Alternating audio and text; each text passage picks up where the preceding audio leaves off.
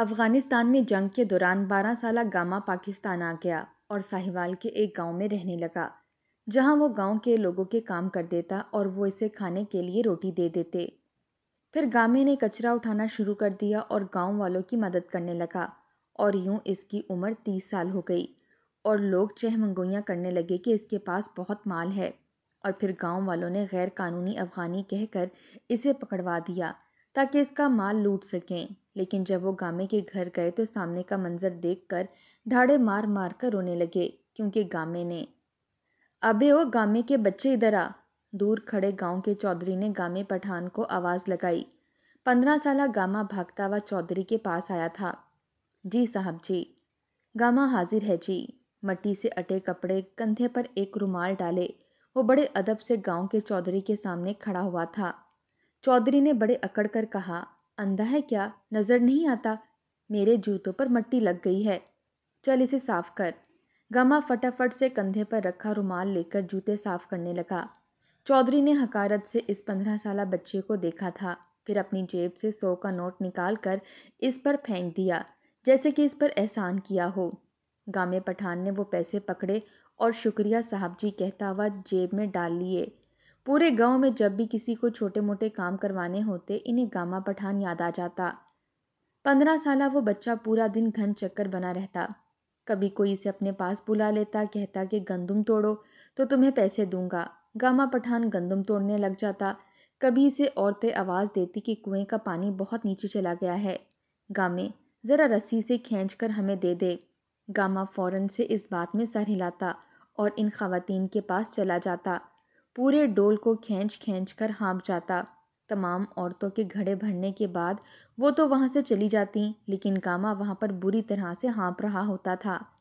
پورے گاؤں میں اگر کسی کو گامے پٹھان کی فکر تھی تو وہ رضیہ سلطانہ تھی۔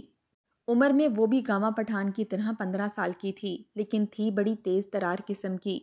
کہتے یہ سب تجھے نوکر سمجھتے ہیں، تو کیوں ان کے کام کرتا ہے؟ کیا تو کوئی ملازم ہے؟ وہ جب بھی کھیتوں میں گامے کے لیے روٹی لے کر آتی تو اسے یہی سمجھاتی رہتی۔ وہ ساتھ ساتھ روٹی کھاتا رہتا، ساتھ ساتھ ہاں میں ہاں ملاتا رہتا۔ رضیہ کہتی، مجھے پتا ہے کہ تو میری باتوں پر توجہ نہیں دیتا، تیری ساری توجہ تو بس ان سوکھی روٹیوں پر ہے جو میری ماں رات کی بچی بچائی تیرے لیے بھیج دیتی ہے، ساتھ میں پیاز اور ہری مرچیں۔ بھلا یہ بھی کوئی کھانا ہوتا ہے؟ گاما سوکھی روٹی منہ میں ڈالتا، ساتھ میں ہری مرچ کو چبا کر کہتا، تجھے کیا پتا رضیہ سلطانہ کہ اس سوکھی روٹی میں کتنا لطف ہے؟ ارے کبھی 4 گھنٹے مسلسل محنت کے بعد سوکھی روٹی کھا کے دیکھو تو پتا چلے کہ سوکھی روٹی کی کیا قیمت ہے۔ مجھ جیسے پٹھان پر تیری ماں کا یہ احسان ہے، ورنہ ہم افغانی پٹھانوں کو کون پوچھتا ہے؟ تم خود کو پاکستانی سمجھتے ہو، پاکستانی کہتے ہو، لیکن یہاں پر رہنے والے ہمیں پاکستانی نہیں سمجھتے۔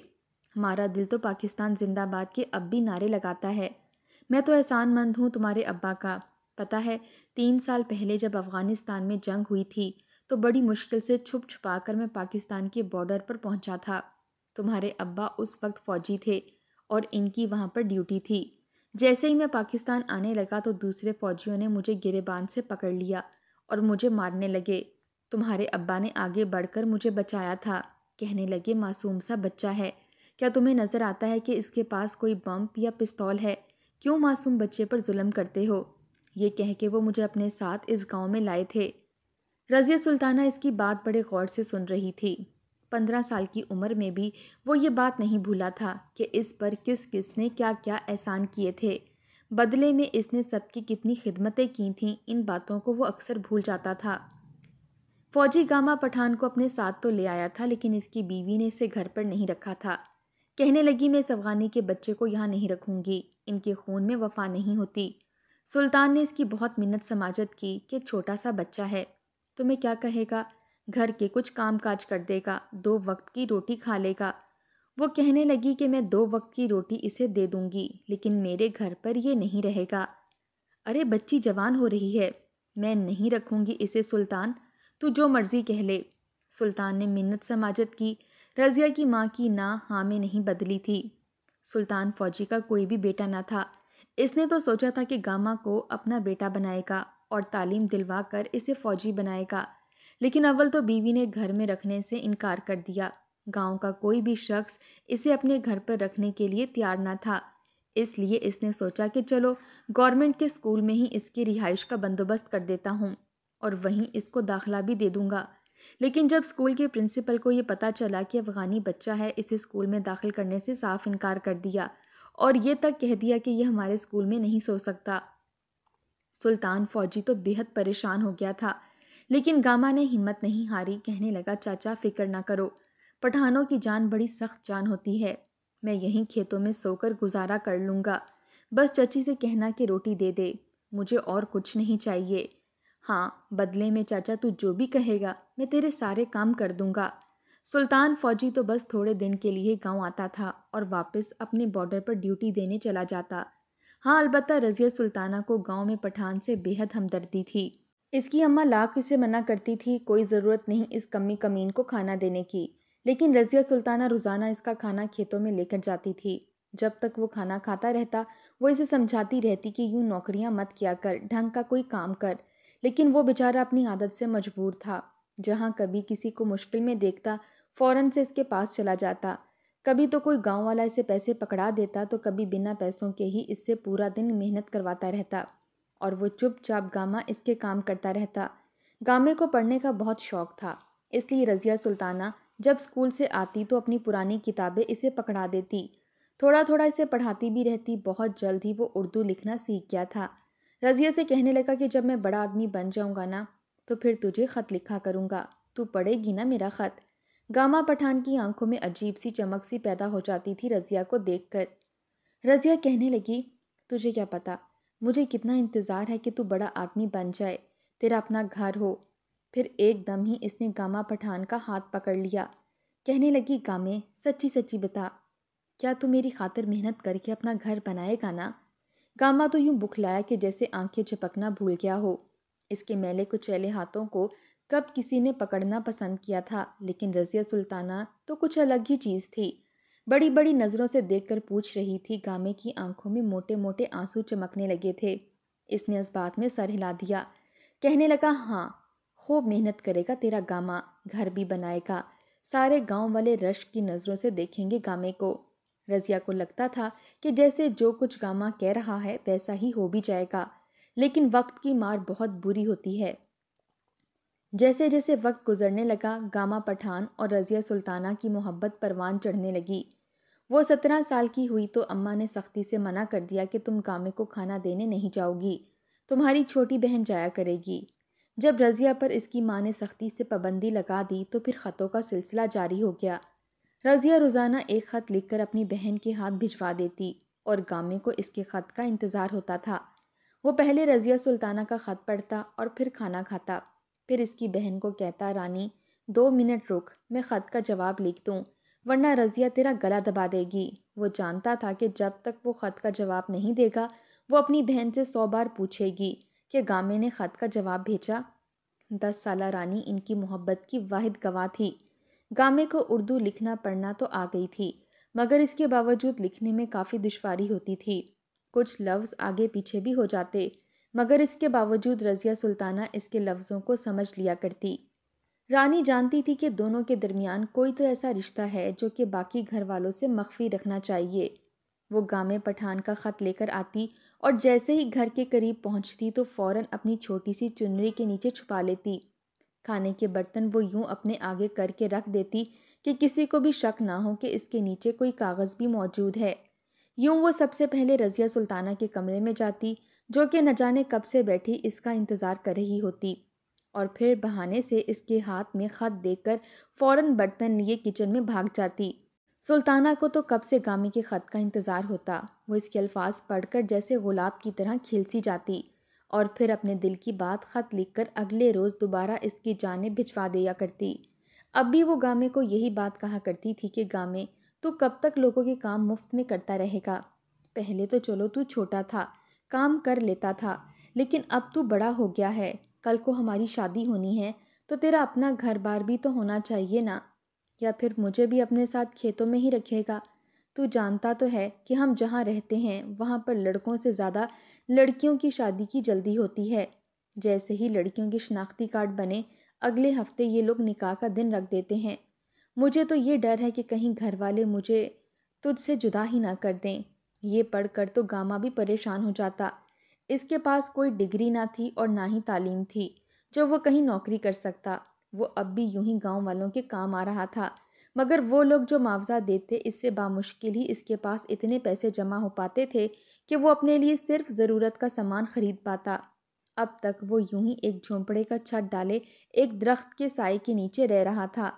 سردیاں ہو یا گرمیاں اس نے وہیں پر اپنی زندگی گزارنی تھی، مگر اب جب سے اس نے رضیہ سلطانہ کی بات پڑھی تو واقعی وہ سیریس ہو کر سوچنے لگا تھا۔ وہ تو جس قدر رضیہ سے محبت کرنے لگا تھا کسی اور کا تصور بھی اس کی جان لے رہا تھا۔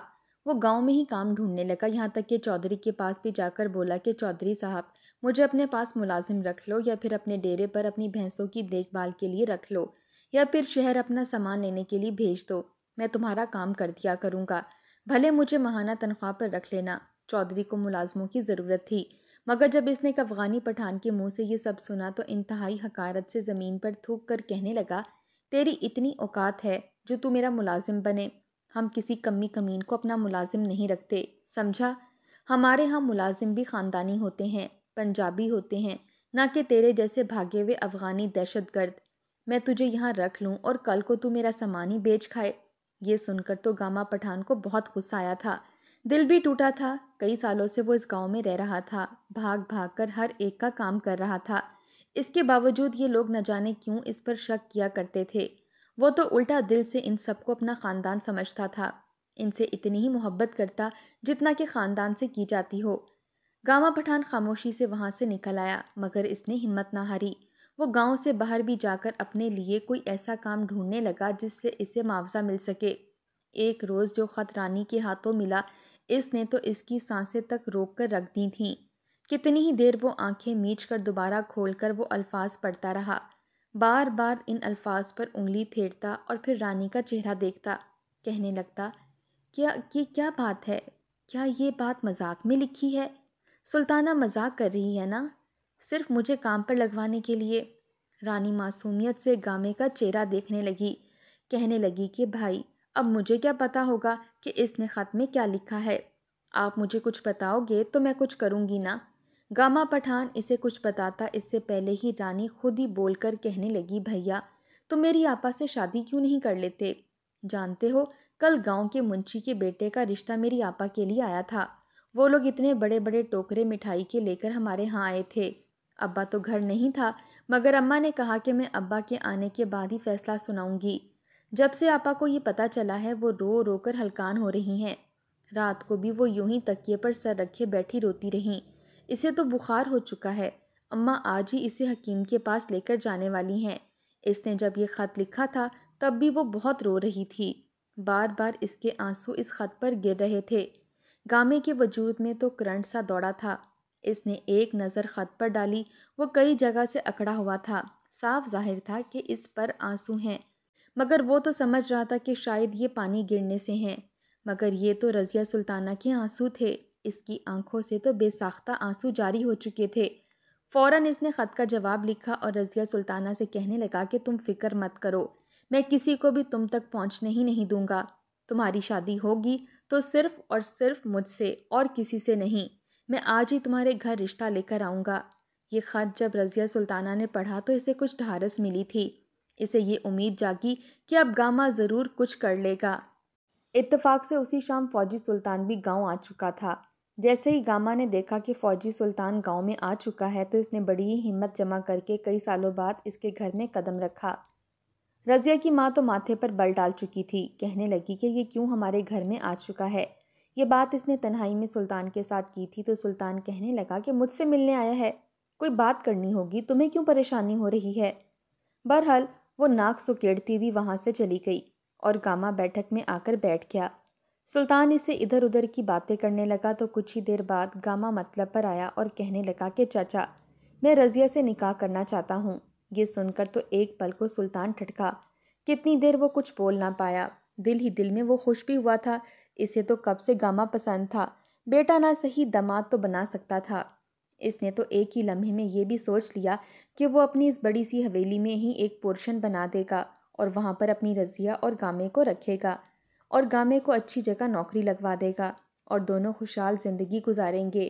اگلے ہی لمحے اس نے گامے کو کہا کہ مجھے تو تمہاری پیشکش سے کوئی اعتراض نہیں، مگر میں سلطانہ کی ماں سے مشورہ کر کے بتاؤں گا۔ گامے کے دل میں امید جاگی تھی۔ وہیں رانی جو دروازے کے پیچھے چھپ کر ساری باتیں سن رہی تھی، بھاگ کر رضیہ کے پاس گئی اور اسے بتانے لگی۔ پہلے تو رضیہ کی ماں کا کوئی خاص سروکار نہیں تھا، مگر رانی کو باتیں سنتے ہوئے اور پھر بھاگ کر رضیہ کو بتاتے سنا تو وہ بھی فوراً رضیہ کے کمرے کے دروازے پر آ کر کھڑی ہو گئی۔ اندر دونوں بہنوں کو خسر پھسر کرتے دیکھا اور پھر رضیہ کو مسکراتے دیکھا تو اسے کچھ شک ہونے لگا تھا۔ کچھ دیر بعد گاما چلا گیا تو سلطان فوجی نے ساری بات اپنی بیوی کی گوش گزار کی۔ یہ سن کر تو وہ بھڑک اٹھی تھی، کہنے لگی توبہ توبہ، استغفار، میں اس افغانی پٹھان سے تو ہرگز کوئی رشتہ نہیں رکھ سکتی۔ میں بھلا کسی ایسے شخص کو اپنی بیٹی کا رشتہ دے دوں جو بھکاری فقیر ہے، زمین پر سوتا ہے، سر پر چھت نہیں۔ یہ سن کر فوجی سلطان کہنے لگا کہ تم فکر کیوں کرتی ہو؟ گاما اتنا اچھا لڑکا ہے، شریف ہے، ہماری رضیہ کو خوش رکھے گا۔ گھر کا کیا ہے، میں اپنی حویلی میں ہی میری بیٹی کا حصہ اس کے نام کر دوں گا، وہ ہمارے گھر میں ہی رہ لے گی، پھر اپنا کاروبار کر لے گا۔ مگر رضیہ کی ماں نے تو انہیں بیچ میں ٹوک دیا، کہنے لگی کہ ہرگز نہیں، اگر تم نے بھول کر بھی میری بیٹی کا رشتہ اس کے ساتھ طے کیا تو میں اپنی جان دے دوں گی، خود کو پھانسی دے دوں گی اور دیوار پر اپنے خون سے لکھ کر جاؤں گی کہ میرے قتل کا ذمہ دار تم اور تمہارا وہ گاما ہے۔ یہ سن کر فوجی سلطان بھی مجبور ہو چکا تھا۔ گاما جس کے دل میں خوشی کے شادیانے بج رہے تھے، اگلے روز جب رانی اسے خط دینے آئی تو ایک مرتبہ پھر اس کا دل بجھ چکا تھا۔ اس خط میں رضیہ نے لکھا تھا کہ تم اپنے لیے کوئی کام ڈھونڈو، اپنا نام بناؤ، میری اماں تب تک نہیں مانیں گی جب تک تمہارا اپنا گھر نہیں ہوگا۔ یہ سن کر تو گامے کے ہاتھ پاؤں پھولنے لگے تھے۔ اس نے دن رات ایک کرنا شروع کر دیا۔ وہ گاؤں سے باہر موجود لوہے کے کارخانے میں گیا تو انہوں نے اسے کچرا اٹھانے کا کام دے دیا۔ کہنے لگے کہ تم کچرے سے لوہے کا سامان لے کر آؤ۔ اس کام کے اسے اچھے خاصے پیسے ملنے لگے تھے۔ وہ صبح صبح پہلے کچرے سے جا کر لوہے کا سامان چنتا، پھر اس چھوٹے سے کارخانے میں آ کر لوہا پگھلانے کا بھی کام کرتا۔ اسے اچھے پیسے ملنے لگے تھے۔ وہ دن میں صرف 4-5 گھنٹے ہی آرام کرتا، ورنہ باقی سارا وقت تو کام میں لگا رہتا۔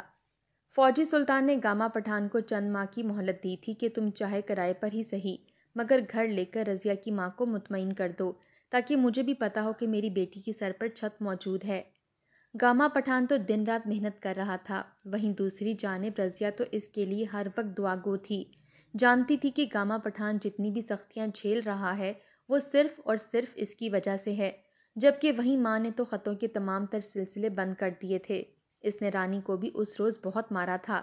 مار کر اسے سچ بولنے کا کہا تو بیچاری 10 سالہ رانی بھی کیا کر لیتی، سب کچھ اپنی ماں کے گوش گزار کر دیا۔ جب رضیہ کی ماں کو پتہ چلا یہ اور گاما ایک دوسرے کو بہت عرصے سے پسند کرتے ہیں تو اس نے رضیہ کو بھی بہت مارا۔ شوہر پر دباؤ ڈالنے لگی کہ بس بیٹی کی شادی ہوگی تو منشی کی بیٹے سے، میں کسی پٹھان کے ساتھ اپنی بیٹی کی شادی نہیں کرنے والی۔ گاما پٹھان نے محنت کرتے ہوئے اپنا گھر بنانا شروع کر دیا تھا۔ وہ دن رات ایک کر رہا تھا۔ کبھی کبھار کسی موقع پر کچھ منٹوں کے لیے اس کی رضیہ سے بات ہو جاتی، ورنہ کئی مہینے گزر جاتے۔ وقت یوں ہی گزرتا چلا گیا اور گامے نے اپنا گھر اسی گاؤں میں خرید لیا۔ وہ اچھا خاصا کما رہا تھا، اپنے گھر میں ایک بڑا سا کمرہ بنا کر سارا کاڑ کباڑ رکھنے لگا۔ اس نے پیسوں کی بڑی رقم چھپا رکھی تھی، اسے وہ اپنی اور رضیہ سلطانہ کی شادی میں استعمال کرنا چاہتا تھا۔ کچھ روز بعد گاؤں میں یہ خبر گونجی کہ منشی کے بیٹے کے ساتھ رضیہ کا رشتہ طے ہو چکا ہے اور ایک ہی ہفتے بعد دونوں کی شادی ہے۔ گامے کا دل ہلک کو آیا تھا۔ وہ ایک مرتبہ پھر سلطان کے پاس گیا تو تب نکاح کی بات کے سلسلے میں فوجی سلطان کے ہاں منشی کے ساتھ چودھری بھی موجود تھا۔ سلطان نے جب گامے کو دیکھا تو فوراً نظریں پھیر لیں۔ چودھری فوجی سلطان سے سوال کرنے لگا کہ ماجرا کیا ہے۔ مجبوراً فوجی سلطان کو سب کچھ چودھری کی گوش گزار کرنا پڑا تو چودھری فوراً بپھر اٹھا، کہنے لگا اس بات پر پنچایت بیٹھے گی، رضیہ ہمارے گاؤں کی بیٹی ہے اور اس کا فیصلہ پنچایت کرے گی۔ پھر کیا تھا، یہ خبر پورے گاؤں میں پھیل گئی۔ منشی بھی کہنے لگا کہ رضیہ ہماری عزت ہے۔ اب پنچایت والوں کے سامنے گاما مجرم بنا کھڑا تھا۔ سب اس کی خوب تذلیل کر رہے تھے، اسے برا بھلا کہہ رہے تھے، اسے تانا دے رہے تھے۔ پھر کہنے لگے کہ تمہاری شادی اس کے ساتھ ہرگز نہیں ہو سکتی، بہتر ہے کہ تم جلد ہی یہ گاؤں چھوڑ کر اپنے ملک کو جاؤ، کیونکہ انہی دنوں پولیس بھی افغانیوں کو پاکستان سے نکال رہی تھی۔ یہ خبر جب رضیہ سلطانہ کو ملی کہ اب کوئی راستہ نہیں بچا تو اس کا تو دل گویا پھٹنے کو آیا تھا۔ وہیں گاما بھی مرے مرے قدموں کے ساتھ چلتا ہوا رضیہ کے گھر کے باہر سے گزرا تھا۔ ایک گہری سانس اس نے خارج کی تھی۔ ننھی رانی دروازے پر کھڑی تھی۔ اس نے گہری سانس خارج کر کے رانی کو دیکھا تو آنسو اس کی آنکھوں سے گر چکے تھے۔ وہ کیا پیغام دیتا، کیا جواب دیتا کہ اتنی محنت کرنے کے باوجود سب کچھ پا کر بھی وہ رضیہ کو نہ پا سکا۔ اس نے سر جھٹکا اور اپنے گھر کی جانب چلا گیا۔